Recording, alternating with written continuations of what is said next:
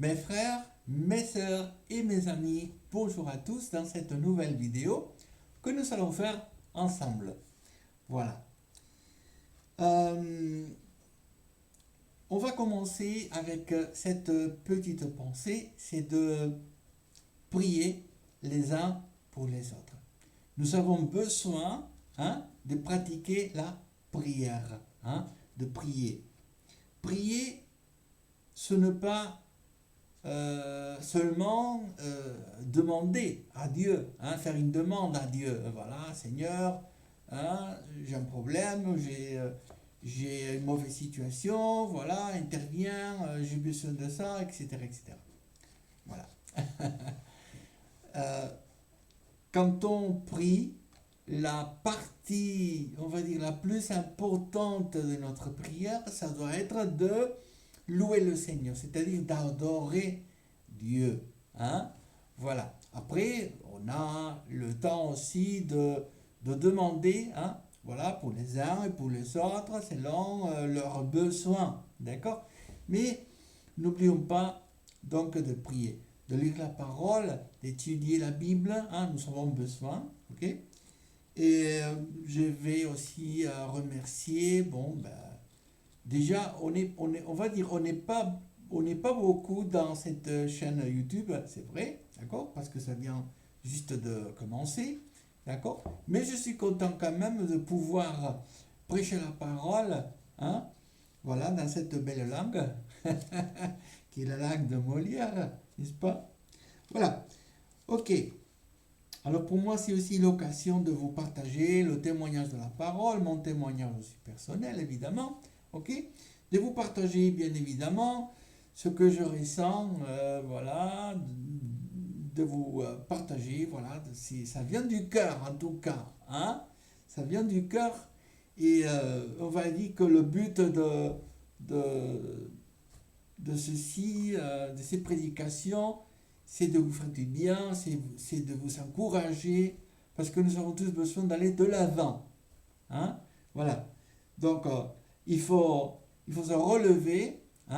C'est vrai que on n'a pas toujours la même mine, parce que parfois, voilà, on n'a pas le visage qu'il faudrait, parfois on est plus triste, parfois il y a des choses qui nous chargent, qui nous tracassent, n'est-ce pas?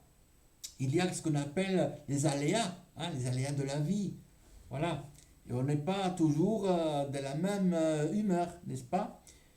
Mais voilà, la prière nous aide justement à recentrer, à tout recentrer. Vous voyez, c'est comme s'il y aurait des choses mécaniques qui se sortent, qui ne sont pas à sa place, qui ont besoin d'être recentrées. Et justement, la prière fait cela. Donc on a besoin de prier, de demander à Dieu. Amen. Voilà. Je m'aimerais partager avec vous une petite pensée que j'ai à propos du pardon. Le pardon, c'est quelque chose de nécessaire dans notre vie. Pour bien grandir dans le Seigneur, nous avons besoin aussi de pardonner. Et regardez, il y a beaucoup de gens qui sont, on va dire, ouverts pour accepter la doctrine, la parole, tout ça, ça va, c'est bien. Mais quand on parle du pardon, attention, parce que ça c'est réservé. Ça c'est du côté privé, on dit. Voilà.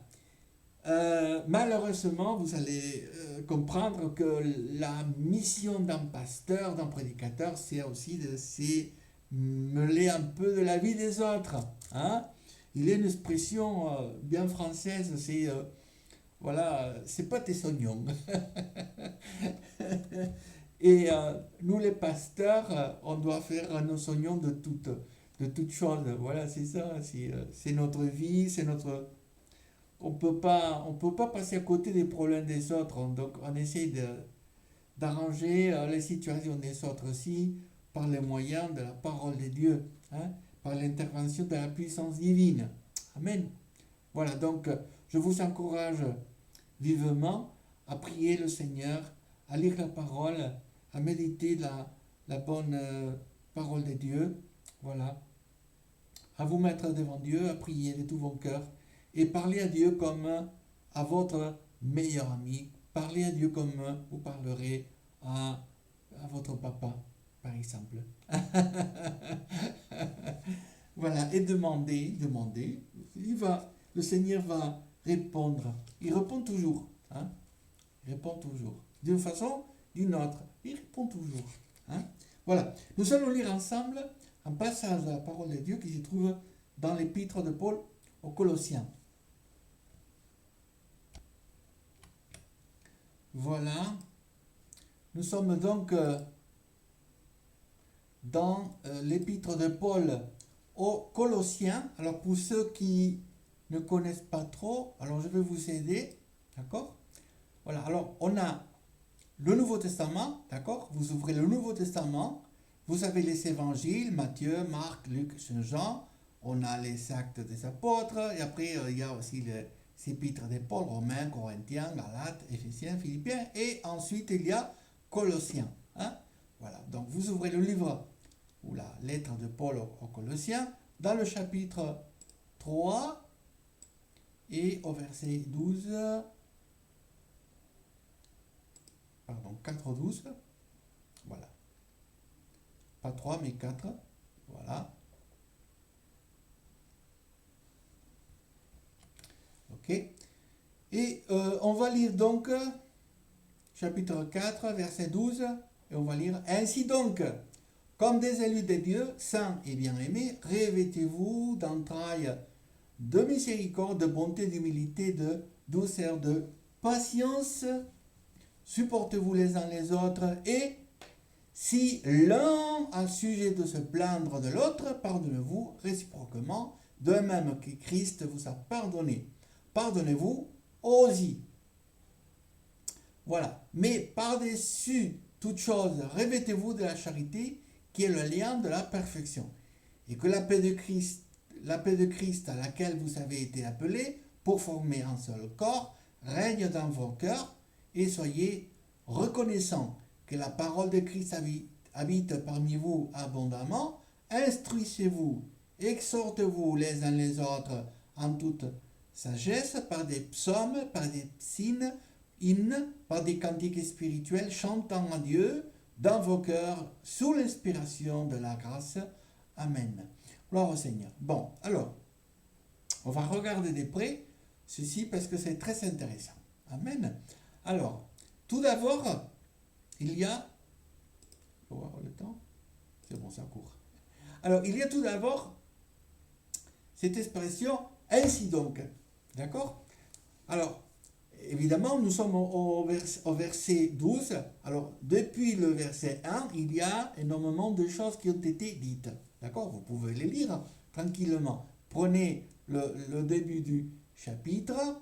Voilà. Et il y a ici certaines exhortations pour les chrétiens.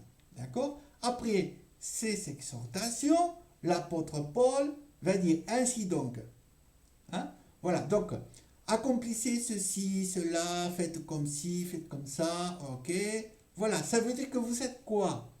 Ça veut dire que vous êtes chrétien, que vous êtes obéissant, que vous êtes des enfants du Père, hein? Des enfants du Papa, hein? Le Papa céleste. Voilà, quand on est obéissant, d'accord? Alors, une fois que nous avons accompli les versets d'en haut, hein, l'apôtre Paul dit ainsi donc, hein? Ça veut dire que ce qui suit, ce qu'il y a par la suite, est adressé à des chrétiens, d'accord? À des personnes qui veulent faire la volonté de Dieu. Non pas à ceux qui veulent simplement avoir une certaine connaissance, on va dire, académique, intellectuelle sur la Bible, hein, d'accord? Ceci ne peut pas s'adresser à ce type de lecteur, hein, à partir du verset 12, avec cette expression, ainsi donc, ça veut dire, puisque vous êtes des enfants de Dieu, voilà ce qui suit, hein, il faut donner suite. Hein, voilà. Donc, ainsi donc, comme des élus, des dieux, puisque nous sommes, selon la parole de Dieu, des élus. Amen. Gloire au Seigneur. Certains pensent que le salut a été justement accompli à partir de la croix du Calvaire. Voilà, avant la croix du Calvaire, il y avait point de salut. Il se trompe évidemment, puisque le salut, d'accord, vous pouvez le lire dans la première lettre de Paul aux Éphésiens, d'accord. Il nous dit là que Dieu a tout préparé déjà à l'avance, avant la fondation du monde. Avant la création de toutes choses, Dieu avait déjà préparé le salut pour nous. Hein? Ça, c'est de l'amour, n'est-ce pas? Hein? Avant même que Dieu ait créé les cieux et la terre, Dieu savait déjà que l'homme allait pécher. Et il a créé quand même. Hein? L'autre jour, j'ai parlé aussi cette petite histoire avec un de mes enfants. et ça fait chaud au cœur, hein, quand ton enfant te demande, n'est-ce pas? Voilà, ça m'a réchauffé mon cœur, justement. Voilà. Et donc, ça nous parle de l'amour de Dieu. Hein? Dieu nous a sauvés, Christ pour nous à la croix du Calvaire, d'accord? Mais Dieu savait déjà qu'on allait pécher bien avant la fondation du monde. Hein? Et il nous a créés quand même. Ça, c'est l'amour. Hein? Ceci, c'est comme une femme enceinte.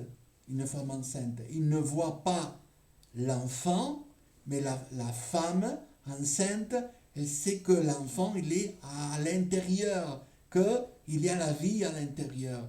Et il aime son enfant. Il n'est pas né encore, il n'est pas sorti du ventre, mais la maman aime son enfant, n'est-ce pas? Dieu a fait la même chose pour nous, les humains. Hein? Avant même la création du monde, il a tout préparé pour nous. Gloire au Seigneur. Donc, comme des élus de Dieu, saints et bien-aimés. Hein? Et oui, mes amis, on est des saints, hein? On est des saints. Certains pourraient dire bien sûr, mais je ne suis pas un saint, je ne suis pas une sainte. D'accord? Je veux te dire que dans un certain sens, bon, évidemment, on n'a pas des ailes derrière nous. Hein. Si tu regardes derrière toi, si tu regardes derrière, tu n'as pas des ailes. Hein. Voilà. Mais pourquoi le Seigneur dit, là, dans cette écriture, saints? Hein, on est des saints. Pourquoi? Parce que Dieu ne te regarde pas comme les autres pourraient te regarder. C'est-à-dire, tu n'es pas fini, tu n'es pas terminé. Hein? On est un peu à moitié encore. Hein? On est en plein chantier encore. Hein? C'est quelque chose qui se construit jour à jour. Voilà. Un chrétien, ce n'est pas quelque chose de fini, de terminé, non. C'est quelque chose qui est en train de se construire peu à peu par la grâce de Dieu. Voilà. Et les autres, évidemment, ne vont pas te regarder comme un saint, voilà, quelque chose de terminé, de fini. Mais Dieu, déjà, il voit ton avenir, il voit la fin de ton jour, il dit, il est saint. Il est saint. Gloire au Seigneur. Bon, des saints et bien-aimés. Alors regardons cette expression. Revêtez-vous d'entrailles de miséricorde. Revêtez-vous d'entrailles de miséricorde. Le texte grec emploie ce mot, hein, qui est en grec, il se dit esplagna. C'est un mot un peu bizarre pour nous, n'est-ce pas? Mais en grec, dans le texte grec, on va trouver le mot esplagna. Ça veut dire les entrailles. Hein? Et dans un français courant, on va dire quoi? Les tripes. Pourquoi Dieu veut s'exprimer ainsi quand on va parler de la miséricorde et du pardon? Voilà. Parce que nous devons faire les choses non seulement avec l'intelligence, le savoir-faire ou le cœur, d'accord, mais aussi avec, en français courant, avec les tripes, hein, avec les tripes. C'est-à-dire qu'il doit y avoir les sentiments, voilà. Tu dois réagir, hein. C'est comme, par exemple, tu mets le doigt dans le feu, hein, dans une flamme, ça brûle, et tu retires ton doigt, ça brûle, d'accord, parce que tu es vivant, tu n'es pas mort, hein. Voilà, c'est ça ce que le Seigneur veut nous enseigner à travers ce test. Il faut être vivant, on est des êtres vivants, on est des chrétiens vivants, on a des entrailles, hein, on a des tripes, on n'est pas mort, on sent les choses. Si l'homme fait mal, aïe, ça fait mal. C'est ça. Quand tu pardonnes, quand tu as la miséricorde, faut ressentir ça. Tu peux pas simplement le dire de bouche ou de lèvres. La lèvre, c'est pas ça. Hein? Ça doit être fait vraiment avec le cœur, et la parole de Dieu emploie cette expression avec les entrailles. Hein? Voilà, parce que tu dois ressentir cela. Hein? Ça, tu dois le vivre. Tu dois le vivre, c'est ça l'expression. Tu dois le vivre. Quand tu pardonnes, quand tu as la miséricorde pour quelqu'un, ce n'est pas que avec la bouche, qu'avec les lèvres. Voilà. Ça doit être aussi la réflexion, le cœur et les sentiments, tout ensemble. D'accord? Voilà. Alors, revêtez-vous d'entrailles de miséricorde. C'est vrai que c'est une expression un peu bizarroïde, n'est-ce pas? Parce que quelqu'un pourrait s'imaginer une couverture ou voilà, un abri d'entrailles, mais c'est pas ça, hein? C'est pas ça. Voilà. C'est pour cela qu'il faut bien interpréter la parole du Seigneur. Hein? Revêtez-vous d'entrailles de miséricorde, regardez, de bonté, d'humilité, de douceur, de patience. D'accord? Avoir la patience, c'est pas facile. C'est pas facile d'avoir la patience. Parce que, en tant qu'être humain, on est des êtres humains, voilà, on perd patience. Parce qu'on veut les choses déjà, allez, vite fait, hein? Vite fait que ça saute. Et que ça saute. Vite fait. Eh ben non. Dans le Seigneur, les choses se font avec patience. Il faut avoir patience. Hein? Pour les choses que Dieu fait en nous, on doit avoir patience. Pour l'amour envers les autres, hein? La miséricorde envers les autres, c'est avec patience. Il faut avoir patience avec tout le monde. Ah, que c'est difficile de suivre le Seigneur, n'est-ce pas? C'est pas quelque chose de facile, hein? Tout au contraire. Suivre le Seigneur, ça coûte. C'est un chemin coûteux. Hein? Voilà. C'est un chemin que parfois il y a des épines. Hein? Et c'est pas facile. Mais c'est pas impossible. Hein? Voilà. C'est pas facile, mais c'est pas impossible. On peut, on peut réussir avec la grâce du Seigneur. On doit demander les forces au Seigneur d'avoir la bonté, l'humilité, la douceur nécessaire et la patience pour être agréable à Dieu. Amen. Le verset 13 nous dit, supportez-vous les uns les autres. Voilà. Et si l'un a sujet de se plaindre de l'autre, pardonnez-vous réciproquement. C'est-à-dire, voilà, aujourd'hui c'est moi qui te pardonne, demain ça sera toi à me pardonner. Ça veut dire que en tant qu'être humain, je me trompe et tu te trompes. Je me tromperai demain, tu te trompes aujourd'hui, peu importe. Si tu te trompes aujourd'hui, c'est à moi de te pardonner. Si je me trompe demain, c'est à toi de me pardonner. Voilà, avec réciprocité, les uns les autres, n'est-ce pas? Et se supporter, hein? Se supporter. Ça veut dire quoi le mot supporter? En français, ça veut dire tenir, tenir, se tenir en poids. Supporter, ça veut dire, voilà, hein, c'est ça tenir. Supporter, hein? C'est ça, c'est tenir, hein? C'est ça. Et on comprend ce mot bien français, de se supporter les uns et les autres. Hein? c'est pas facile parfois. Parce que on a déjà nos problèmes en particulier, d'accord? Nos soucis, nos tracas, hein? Toutes les choses que l'on vit, hein? Voilà, c'est pas facile. Et en plus, il faut aussi supporter les autres. Alors là, ça devient parfois un petit calvaire, hein, n'est-ce pas? Alors, Seigneur. En fait, ce qu'il faut, c'est recommander au Seigneur et dire, voilà, Seigneur, voilà ma vie. Peut-être je ne vais pas y arriver, alors je veux besoin de tes forces. Hein? Je veux sûr que tu m'encourages chaque jour, Seigneur. Amen. Alors, par-dessus toute chose, revêtez-vous de la charité, qui est le lien de la perfection, et que la paix de Christ à laquelle vous avez été appelés pour former un seul corps règne dans vos cœurs et soyez reconnaissants. Voilà. Alors, il y a quelque chose qui doit régner en nous. Amen.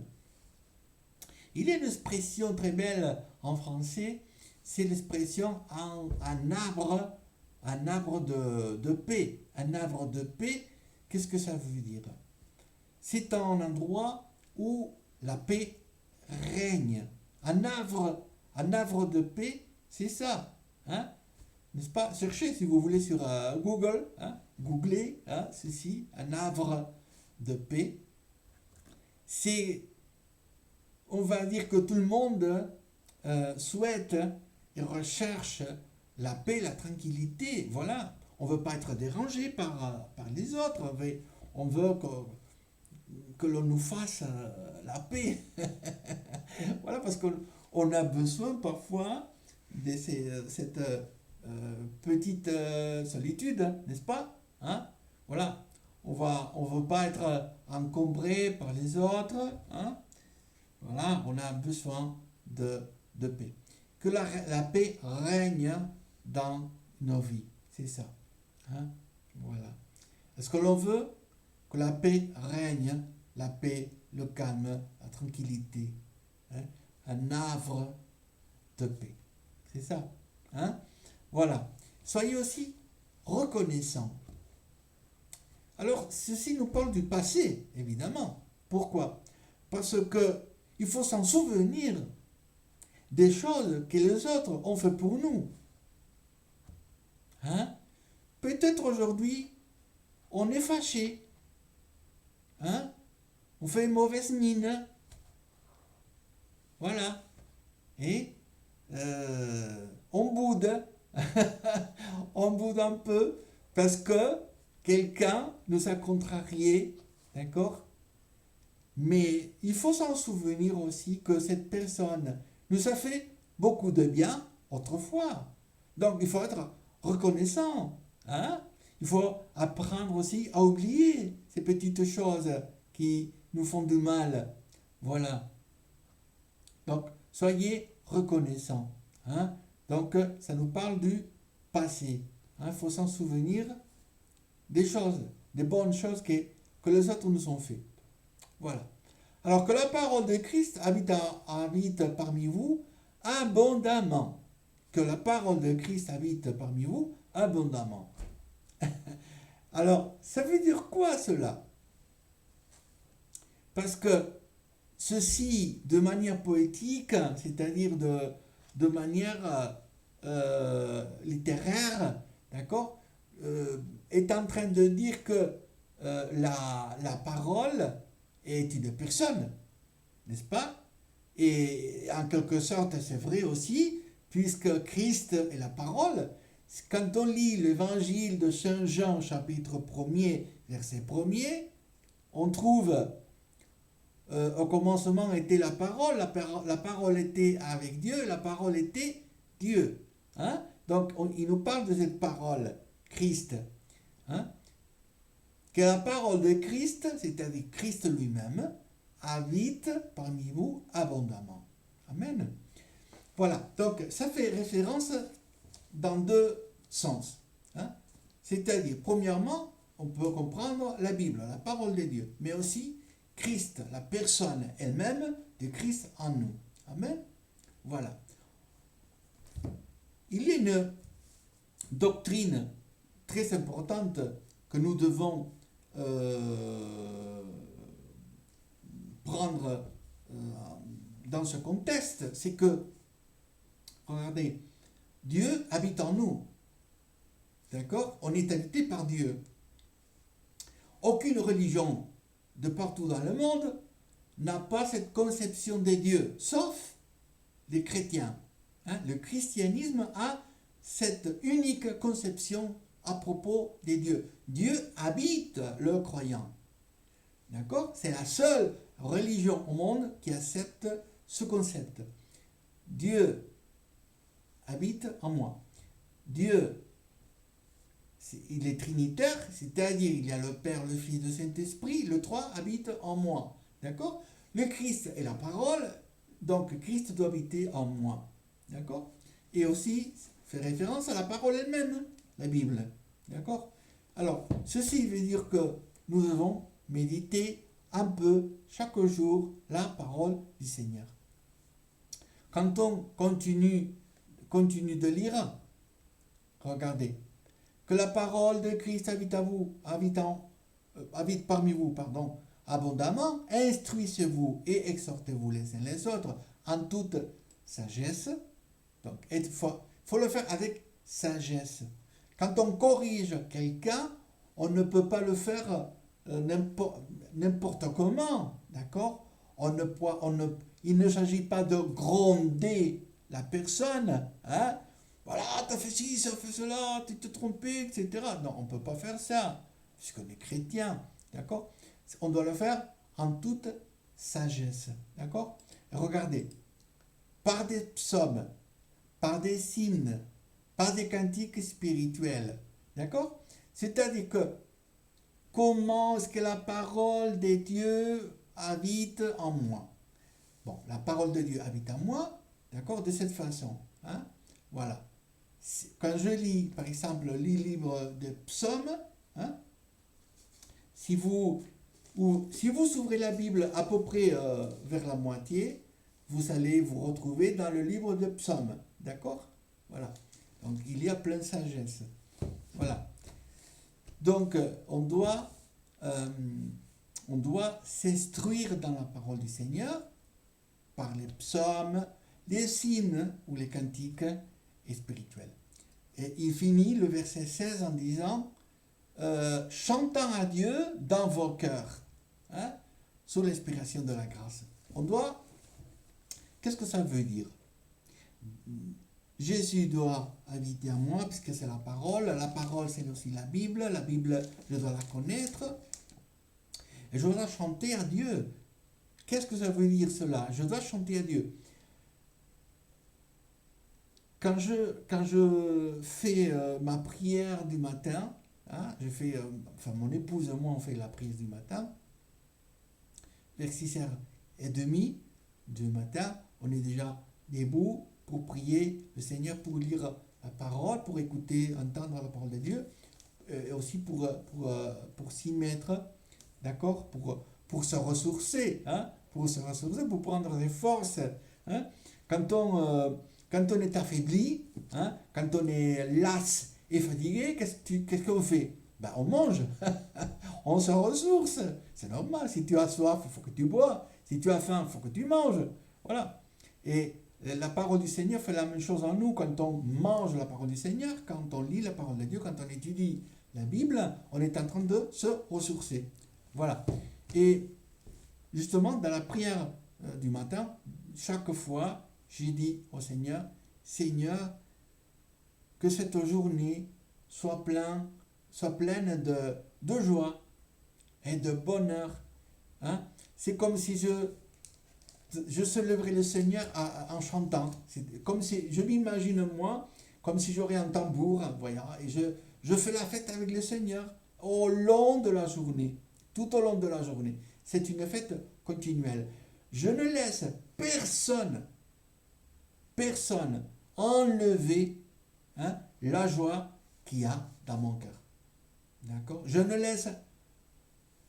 laisse personne s'approcher de ça. Je laisse personne. Voilà. Pourquoi je suis dans la joie? Pourquoi je suis heureux? Parce que je laisse personne, hein, enlever mon havre de paix. Voilà, je laisse personne s'approcher. Non, non, non, non, tu touches pas. Tu touches pas ma paix, ma joie, tout ça, non.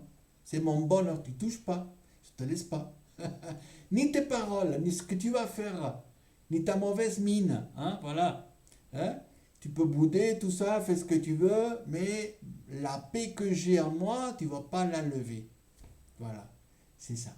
Alors, apprenons chaque jour à garder la paix en nous. Chantons au Seigneur chaque fois ses miséricordes. Le Seigneur est bon et miséricordieux et il faut donner témoignage chaque fois aux faits, hein, les hauts faits du Seigneur, c'est-à-dire tous les grands prodiges et miracles que le Seigneur a fait en nous. Amen. Que le Seigneur soit béni et soit glorifié. J'espère, mes frères, mes sœurs, mes amis, que ces quelques conseils vous serviront sûrement. Voilà. J'espère que vous serez encouragés par la parole du Seigneur. Si vous avez des commentaires, vous pouvez commenter. Si vous avez envie d'écrire à l'email, pas de problème, je vais répondre aussi personnellement. En tout cas, je vous remercie de m'avoir écouté et je vous attends encore de nouveau dans une nouvelle vidéo la semaine prochaine. Que le Seigneur vous bénisse abondamment. Amen.